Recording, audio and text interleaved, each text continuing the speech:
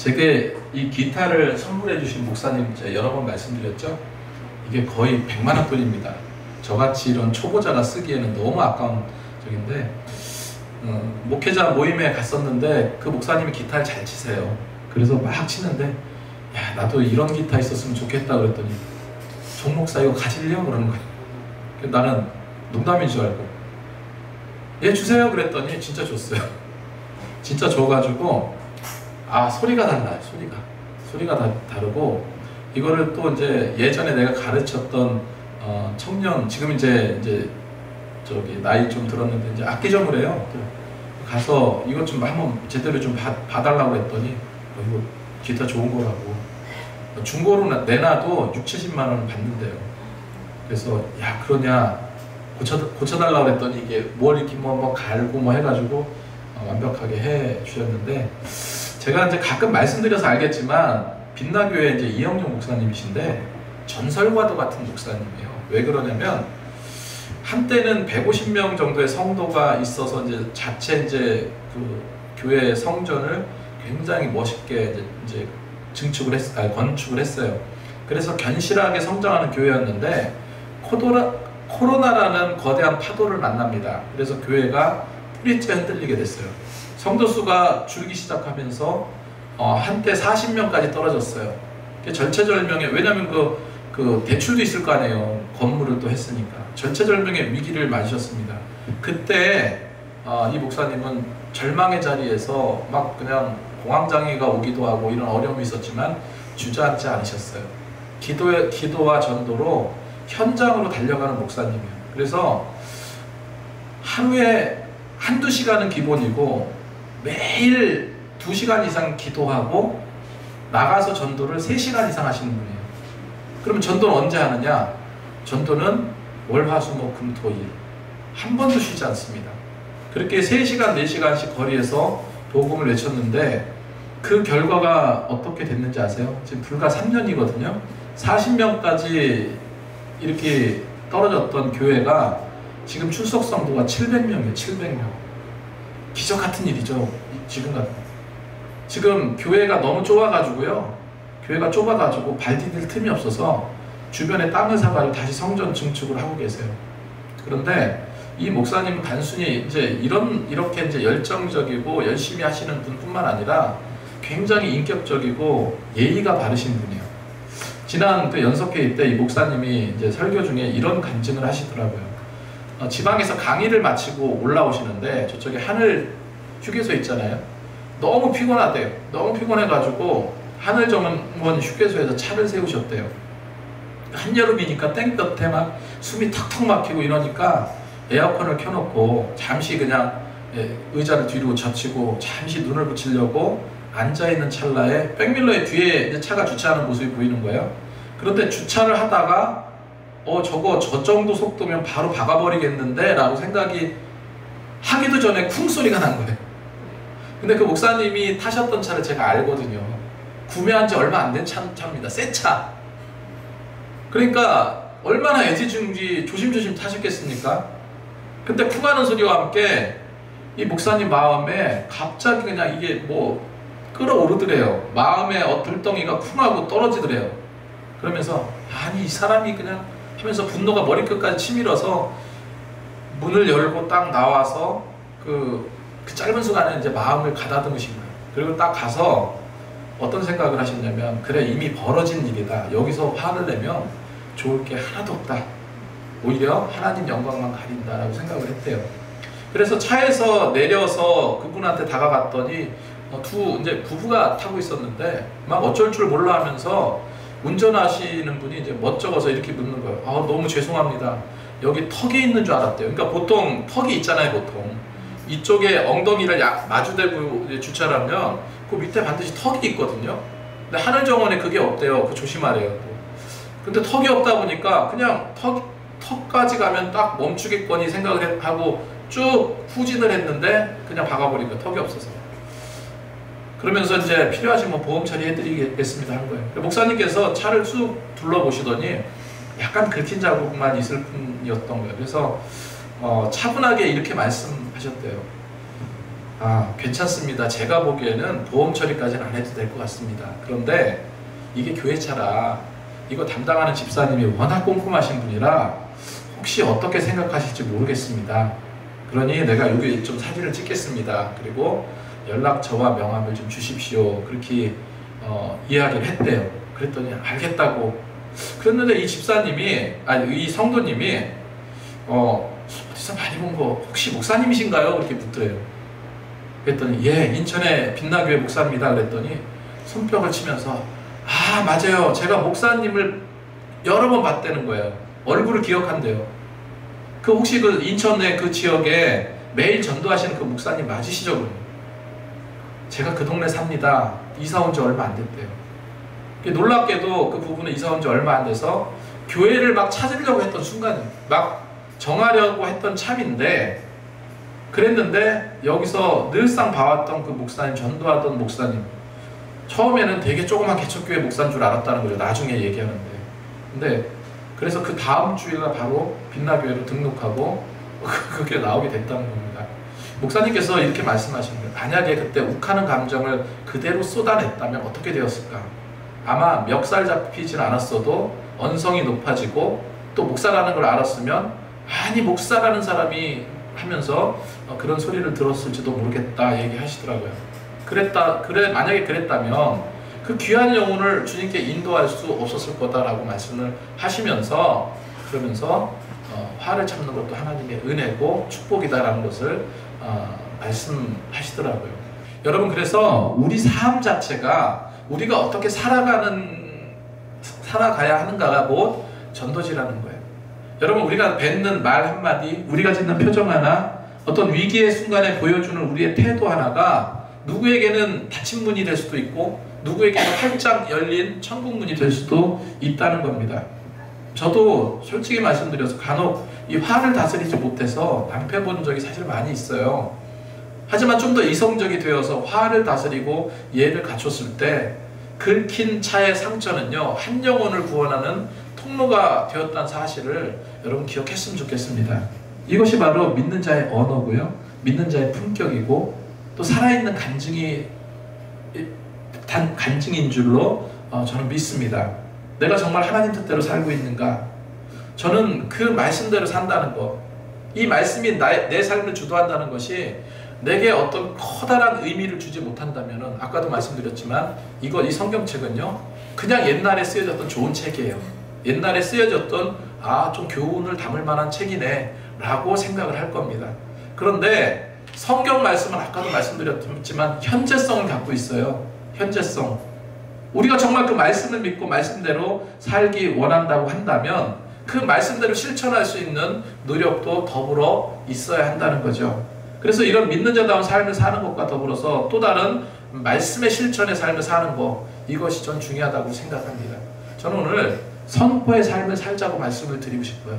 피그말리온 효과라는 게 있어요. 말을 들어보셨는지 모르겠는데 심리학적 용어입니다. 피그말리온 효과는 어떤 사람에 대해서 긍정적인 기대를 품으면 그 기대에 부응하는 행동을 하면서 결국 그 기대감대로 이루어진다는 그런 심리학적인 용어입니다. 반대로 스티그마 효과가 있는데, 이거는 뭐냐면요, 부정적으로 낙인을 찍으면 그 사람의 행동도 부정적으로 변해간다는 거예요. 예를 들어서 너는 아무것도 못하는 나쁜 놈이야. 정말 나쁜 놈이야. 이렇게 되면 어떻게 되겠습니까? 그렇게 되면은 그 사람은 정말로 나쁜 놈이 되기가 쉽다는 거예요. 그죠? 예. 한 무명 배우가 있었습니다. 그는 너무나 가난해서 중고차에서 잠을 잤어요. 그리고 하루 끼니를 걱정해야 될 그런 무명 배우였어요. 하지만 그는 절망하지 않았습니다. 그가 갖고 있는 그가 그 지갑에 항상 넣고 다니던 게 있는데, 그건 뭐냐면 수표를 만들었어요. 수표를 뭐냐면 $10,000,000짜리 가짜 수표를 만들었어요. 정교하게 만든 게 아니라 그린 거예요. 그래서 $10,000,000 이렇게 가짜 수표를 만들어서 돈과 똑같은 크기로 만들어서 지갑에 넣고 다니면서 매일같이 들여다봤어요. 그리고 만나는 사람마다 뭐라고 자랑했냐면 나는 이제 조금 있으면 미국의 최고의 배우가 될 겁니다. 내 출연료는 $10,000,000가 넘을 겁니다. 이렇게 자신하며 살았다는 거예요. 사람들은 그를 비웃었습니다. 근데 그는 멈추지 않았어요. 이미 $10,000,000 받은 배우처럼 생각하고 그처럼 말하고 행동했던 거예요. 이 배우는 정확하게 3년 뒤에 영화 덤앤더머라는 영화로 $10,000,000의 출연료를 받게 됩니다. 누군지 아세요? 짐 캐리입니다. 바로 짐 캐리였어요.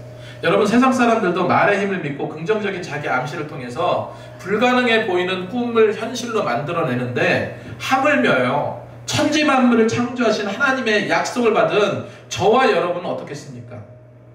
여러분, 우리에게는 세상의 긍정적인 생각과 비교할 수 없는, 긍정적으로 잘된다, 잘된다, 잘될 거야, 이런 어떤 것과 비교할 수 없이 하늘과 땅의 권세를 움직이는 강력한 무기가 있어요. 그게 바로 뭐냐면요, 그래서 우리는 믿음의 선포를 하자는 거예요. 믿음의 선포를 하자는 겁니다. 선포하는 삶을 살라는 거예요. 여러분, 선포는요, 단순히 기도하는 것이나 소망하는 것을 넘어서 하나님께서 약속하신 말씀을 이미 이루어진 현실로 받아들이는 거예요. 하나님께서 너 이거 주마, 너 이거 이루어 주마라고 약속하셨어, 성경에. 이것이 이루어진 것, 이루어진 현실로 믿고 말하고 생각하고 행동하는 것, 이게 선포입니다. 아직 눈에 보이진 않아요. 하나님의 약속의 말씀을 근거해서 이미 성취되었음을 내가 미리 입술로 시인하는 겁니다. 그 믿음대로 살아가자는 거예요. 예를 들어서 이런 거예요. 예를 들어서 우리 정말 열심히 전도해야 되죠. 만약에 교회 전도 목표가 100명이라고 치자고요. 하나님, 100명의 영혼을 우리에게 보내주실 줄 믿습니다. 이거는 소망의 단계, 그죠? 소망의 단계잖아요, 그죠? 근데 선포의 단계는 어떤 거냐면, 하나님, 100명의 영혼을 우리에게 보내주셨습니다. 이루어 주셨습니다. 이것이 선포의 단계라는 거예요. 이미 이루어준 거를 인정하고 받아들이는 거예요. 이거 여러분 그냥 단순히 언어 유희가 아닙니다. 자기 위안도 아니고 되지 않을 거 그냥 한번 찔러본다, 이것도 아니에요. 믿음을 갖고 하는 선포는요, 하나님의 일하심을 촉발시키는 그런 믿음의 행위가 되는 겁니다. 그 믿음의 근거가 어디 있어요? 여기 있어요. 여기 이 말씀에 있습니다. 믿음의 근거가. 그래서 오늘 이 말씀을 보면 믿음의 조상 아브라함의 이야기를 통해서 이 선포하는 신앙이 무엇인지 우리에게 명확하게 보여주고 있거든요. 그래서 선포하는 게 무엇인가 여러분 몇 가지로 생각해 볼 수 있는데, 첫 번째로 선포는요, 우리 언어를 바꾸는 겁니다. 우리 언어가 바뀌면 생각도 바뀌고 행동도 그에 맞게 변해가요. 흔히 눈에 보이는 현실을 근거해서 우리는 항상 이렇게 이야기합니다. 통장을 보니까 통장에 한 푼도 없어. 돈 1,000원짜리 하나만, 1,000원밖에 없어. 그럼 어떻게 얘기해? 돈 없네. 큰일 났다. 몸이 막 아파요. 너무너무 아프고 힘들고. 그러면은 이러다 정말 죽겠다. 문제 앞에서, 거대한 그 해결해야 될 문제 앞에서, 이거 안 될 것 같은데, 도저히 안 될 것 같은데, 너무 힘든데. 이게 어떤 언어냐면요, 현실의 언어입니다. 무슨 언어라고요? 현실의 언어.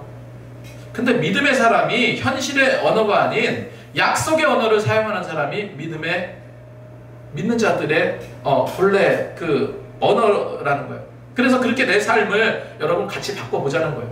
그래서 17절 말씀에 우리가 믿는 하나님을 이렇게 소개합니다. 그가 믿은 바 하나님은 죽은 자를 살리시며, 하나님은 죽은 자를 살리시며 없는 것을 있는 것으로 부르시는 이시라 했습니다. 그래서 하나님은 없는 것으로 있는 것을 부르시는 분이다. 영어 NIV 성경을 보면 calls into being things that were not 이라고 번역을 합니다.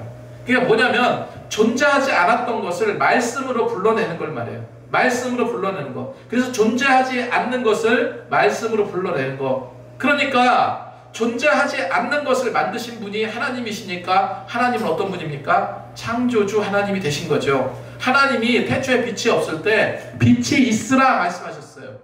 그 빛이 있으라 말씀하시자 빛이 생겨났습니다. 원래 있던 거예요? 없던 거예요? 없던 겁니다. 원래 없던 것이지만 하나님께서 말씀으로 불러내신 거예요. 이걸 뭐 하신 거라고 우리가 받아들인 겁니까? 선포하신 겁니다. 그래서 우리도 하나님의 형상대로 지음받았기 때문에 그분의 DNA가 있어요. 그 말을 통해서 창조적인 능력을 발휘할 수 있는 겁니다. 우리가 하나님의 약속의 말씀을 붙잡고 입술로 시인할 때 그 말씀이 우리 현실 속에 실제가 되는 역사가 된다는 거예요. 여러분, 구약의 선지자를 한번 보세요. 선지자들이 누굽니까? 하나님의 그 미래를 점치는 사람들이 아니에요. 선지자는요, 하나님의 말씀을 받아서 그대로 대언하는 사람이에요. 쉽게 말해서 하나님께서 이러이러한 얘기를 전달하라 그러면 내가 받아서 많은 사람들에게 하나님께서 이렇게 말씀하셨어 선포하는 자들이 선지자들이에요. 그런데 그들의 예언, 즉 하나님으로 받던 약속의 말씀을 전하는 방식을 보면 한 가지 놀라운 점을 우리가 발견할 수 있습니다. 뭐냐면요, 이 선지자들이 선포하는, 선지자들이 하나님의 약속의 말씀을 전하시는 방법은 일어나지 않는 미래 사실을 이미 이루어진 과거처럼 사건을 다룬다는 거예요. 지금 눈앞에 펼쳐진 현실처럼 말을 한다는 겁니다. 예를 들어서 이사야 선지자 잘 아시잖아요. 이사야 선지자가 예수님이 탄생하기 700년 전 사람이에요. 그런데 메시아 탄생을 선포하는데, 예언하는데 이사야 9장 6절 말씀에 이렇게 기록하고 있어요. 이는 한 아이가 우리에게서 낳고 했어요. 가만히 한번 보세요. 우리에게서 낳았다고 했습니다. 700년 후에 이루어질 일이잖아요. 700년 후에 이루어질 일인데 우리에게서 낳았다, 이미 이루어진 것처럼 선포하고 있습니다. 한 아들을 우리에게 주신 바 되었는데 이 역시도 한 아들을 우리에게 주셨다라고 선포를 하고 있습니다. 마치 700년 뒤에 일어날 일을 어제 일어난 것처럼 선포한다는 거예요. 왜 그러냐면요, 여러분, 우리 인간의 시간은 어떻습니까? 우리 인간의 시간은요, 현재성밖에 없어요. 현재성밖에 없어. 과거는 이미 지나갔고 이거는 지금 내 안에서 존재하지 않습니다. 생각에서만 존재할 뿐이에요. 그리고 미래는 현재성이 있어요? 미래는 현재성이 없어요. 지금 계속해서 현재 이렇게 해서 하루 이틀 3일 이렇게 살아가는 그 현재성이 결국은 어떻게 되는 겁니까?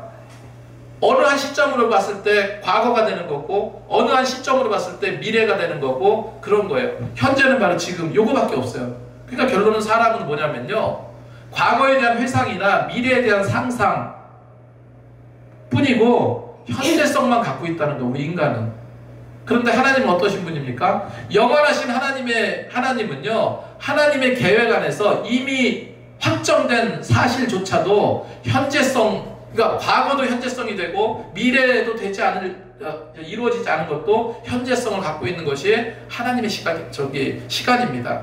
그래서 선지자들은 그 하나님의 관점에서, 그 믿음의 관점에서 미래를 현재를 과거로 끌어당겨서 선포했던 거예요. 그리고 그 선포대로 때가 참에 말씀이 육신이 돼서 우리 가운데 거하신 기적이 일어났던 거죠. 이게 바로 선포의 영적 원리입니다. 예수님께서도 이 원리를 분명히 가르쳐 주셨어요. 마가복음 11장 23절에 내가 진실로 너에게 이르노니 누구든지 이 산더러 들리어 바다에 던지라 하며 그 말하는 것이 이루어질 줄로 믿고 마음에 의심하지 아니하면 그대로 되리라. 24절에 그러므로 내가 너에게 말하노니 무엇이든 기도하고 구하는 것은 받은 줄로 믿으라. 그리하면 너에게 그대로 되리라. 받은 줄로 믿으라. 받은 줄로 믿으라. 시제가 미래가 아니라 과거 완료입니다. 여러분, 과거 완료예요. 이미 미래에 성취해 주시겠다 이것이 아니라 이미 이루어진 겁니다. 아직 내 손에 쥐어진 것이 없어도 기도하는 순간 하나님은 이미 하나님께서 응답을 주신 거예요. 그 믿음의 입술로 고백하라는 거예요. 이게 바로 선지자 이사야가 보여주었던 선포의 언어입니다. 여러분, 우리 예수 믿으면서도 맨날 한풀이나 하고 있잖아요. 입술에 부정적인 말만 쏟아낸다면 그것이 어찌 믿는 자의 모습이겠냐는 거예요. 우리가 국사 시간에 배웠겠지만 남궁옥 선생님이라고 잘은 몰라도 기억하시고 계실 거예요. 이 남궁옥 선생님은요, 독립운동가고 교육자입니다. 그리고 언론인이에요. 이 무궁화 꽃 심기 운동도 펼치셨던 분인데 당시 조선 땅에 전혀 가사와 제목이 다른 유행어가 온 나라에 퍼졌어요. 그 노래가 뭐였냐면요, 희망가라는 노래였습니다. 희망가. 일제시대 때죠. 희망가. 가사는 이렇습니다. 이 풍진 세상을 만났으니 너희 희망이 무엇이냐. 부귀와 영화를 누렸으면 희망이 족할까. 푸른 하늘 밝은 달 아래 곰곰이 생각하니 세상 만사가 춘몽 중에 또다시 꿈같도다, 뭐 이런 가사. 온 국민이 이런 노래를 불렀다고 그래요. 그 이런 가사, 조선인들이요 그 노래 풍이 그렇잖아. 축 처져서 이런 슬픈 노래를 부르는데 가사 내용이 이게 희망가가 아니라 절망가야. 절망가. 이 절망가를 부르는 그 모습을 보고 남궁옥 선생은요 화가 치밀어 올랐다는 거예요. 도대체 왜 이런 노래, 이런 슬픈 노래만 부르냐. 그래서 이분이 하나님을 믿는, 예수님을 믿는 자잖아요. 그래서 이런 노래를 지었어요. 이런 가사를 지었습니다. 삼천리반도 금수강산 하나님 주신 동산. 그러면서 이 동산에 할 일 많아 사방의 일꾼을 부르네. 곧 이날에 일 가려고 누구가 대답을 할까? 그리고 가사가 또 어떻게 됩니까? 일하러 가세. 일하러 가. 삼천리 강산으로 하나님 명령 받았으니 반도강산에 일하러 가세. 얼마나 희망적이고 얼마나 생산적이고 얼마나 건설적입니까? 여러분, 우리 믿는 자들은 안 될 것 같은 절망이 되지 않아요. 절망이란 단어가 아예 없어야 됩니다. 주를 믿는 우리는 언제나 무엇을 하더라도요 절대 희망인 거예요. 우리 기도가 왜 능력이 없다고 생각합니까? 늘상 우리는 구걸하는 기도를 해왔거든요. 하나님 도와주세요, 주시옵소서. 그리고 아주 풍만한 자기 위안 속에서 아유 그래 믿음으로 사는데 뭐 언젠간 이루어 주시겠지 뭐. 기도는 인내가 필요한 거야. 물론 인내가 필요하죠. 주님이 주실 줄 믿고 그냥 안 돼도 그냥 묵묵히 기도하면 돼. 물론 이런 열심 있는 기도, 끈질긴 기도 하지만요 혹여나 거품 같은 소망, 믿음은 쏙 빠져버리고 자기 어떤 확인 정도라면 하나님이 원하는 기도의 삶이 아니라는 거예요. 그래서 우리는 이제부터 달리 생각하고 달리 바꾸자는 거예요. 체질을 좀 바꿔보자는 거예요.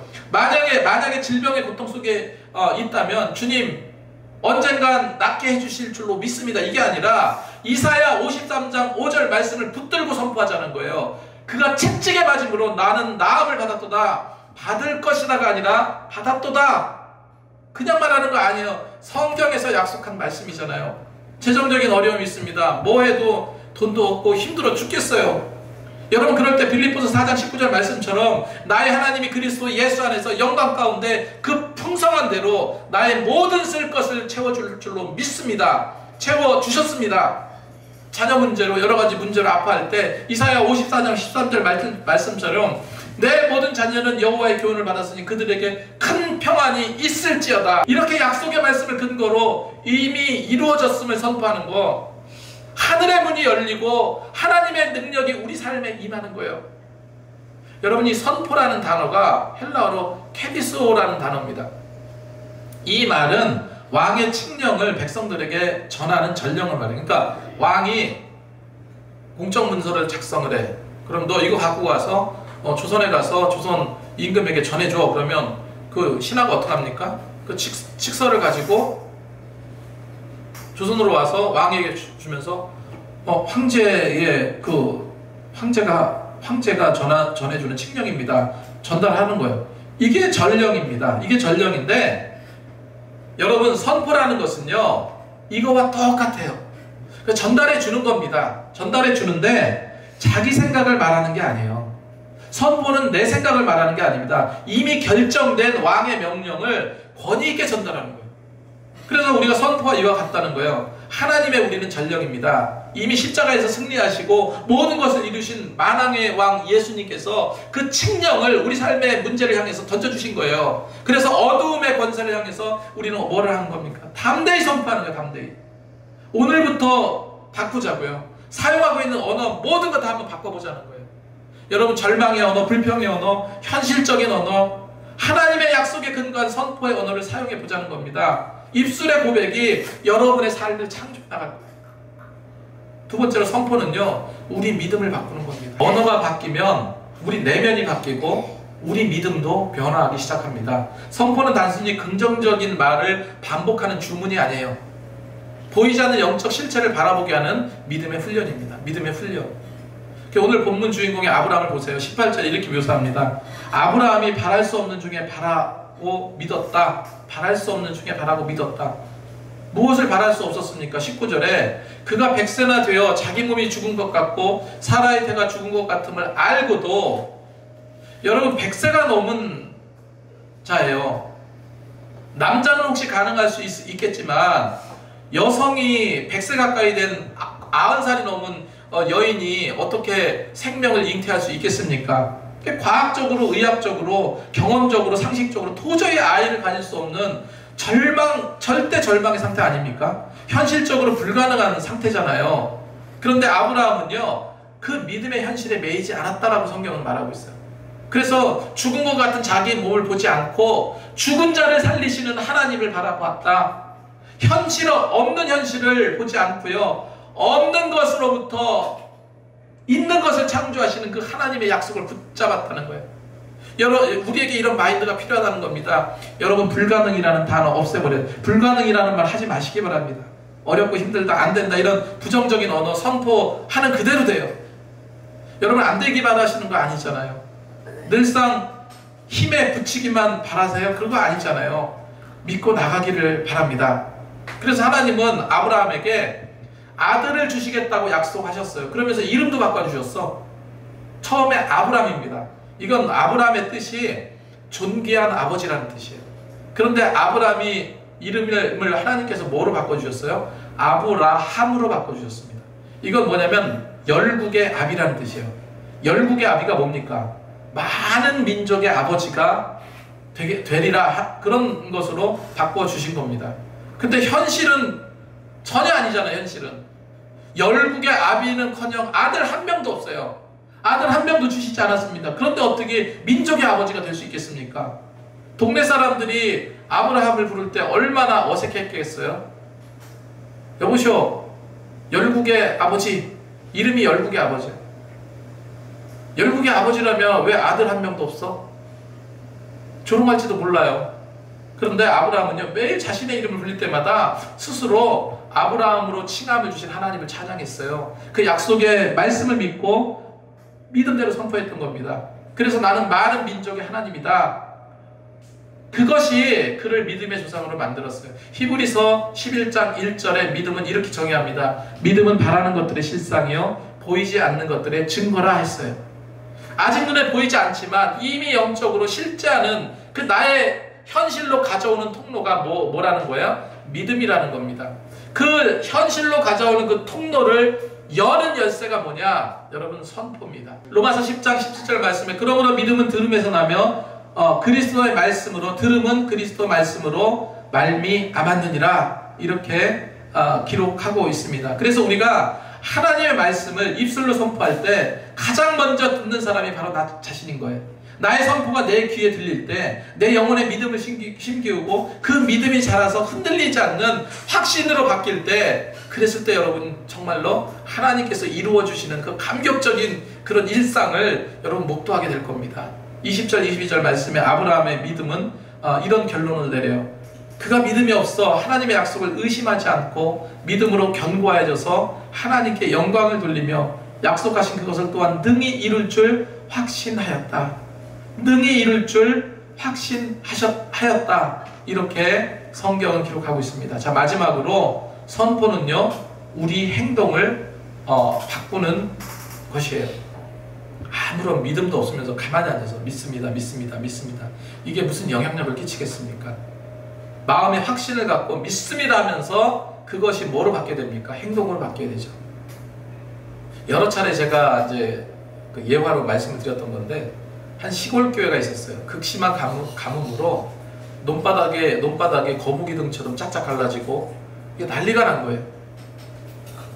농작물이 타들어가고 이제 안 되겠다 해서 목사님들은 온 성도들을 모았습니다. 여러분, 오늘 오후 예배 때 다 같이 비를 달라고 하나님께 간절히 기도합시다. 믿음으로 구하면 하나님은 반드시 비를 주실 겁니다 하면서 성도들에게 막 그냥 아주, 그랬더니 이 착한 성도들이 모였어요. 그렇지, 우리가 기도해야지. 그래서 오후 예배 때 막 더 많은 성도들이 모여서 비를 달라고 아주 뜨겁게 쥐야쥐야 하면서 뜨겁게 기도했어요. 기도했더니 너무너무 후련한 거예요. 놀랍게도요, 기도가 끝난 다음에 하늘이 어두워지기 시작하더니 갑자기 장대 같은 소나기가 실제로 막 쏟아지는 겁니다. 그랬을 때 성도들이 막 박수치면서 할렐루야 하나님이 응답하셨다면서 외치기 시작했습니다. 그런데 정작 교회 밖으로 아무도 나가지 못했어요. 왜 그랬을까요? 아무도 우산을 가져오지 않았어요. 아무도. 심지어 여러분 믿음으로 기도합시다 외쳤던 목사님조차도 우산을 챙기지 않았어요. 그런데 한 꼬마 아이가 가방에 작은 우산을 꺼내서 펼쳐들고 유유히 빗속으로 걸어 나갔습니다. 어른들이 그 꼬마를 봤어요. 얼마나 부끄러울까요? 여러분, 이 아이의 행동이 바로 살아있는 선포입니다. 선포에서 살기 원하시죠? 이런 선포를 하시기 바랍니다. 입술로 기도와 간구로 믿음으로 정말로 우산을 챙기는 구체적인 믿음의 행동을 가지시기 바란 거예요. 여리고성이 와르르 무너진 사건. 그런데 하나님께서는 여호수아에게 칼과 창으로 싸우라고 명령하지 않았습니다. 대신에 엿새 동안에 성을 매일 한 바퀴씩 돌고 마지막 7째 날에는 7바퀴를 돈 후에 제사장이 나팔을 불면 온 백성이 함께 큰 소리로 외치라고 했어요. 그렇게 명령했습니다. 여러분, 상식적으로 말이 안 되는 전략이잖아요. 성 주위를 돈다고 여러분 성이 무너집니까? 소리 지른다고 해서 견고한 성이 무너져요? 그런데 이스라엘 백성들은 그 말씀에 순종했어요. 마지막 날 외쳤던 함성은 단순한 그 외침이 아니었어요. 하나님의 그 약속의 말씀을 근거로 승리를 뭐한 겁니까? 선포한 거예요. 아직 성벽에 그만하지 않았지만은 이미 성벽이 무너졌음을 확신하고 믿음으로 선포하고 외쳤던 겁니다. 그랬더니 어떻게 돼요? 그 견고한 여리고성이 와르르 무너졌어요.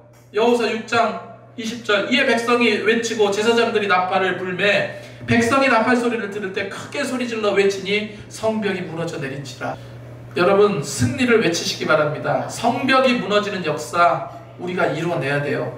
선포의 삶으로 행동으로 증명될 때 그 선포는 비로소 살아있는 능력이 될 줄로 믿습니다.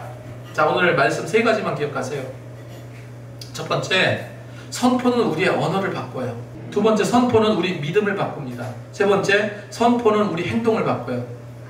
그러니까 선포는, 믿음의 선포는 우리 언어를 바꾸고 믿음을 바꾸고 행동을 바꿔요. 내 삶에 무너져야 될 여리고성이 있습니까?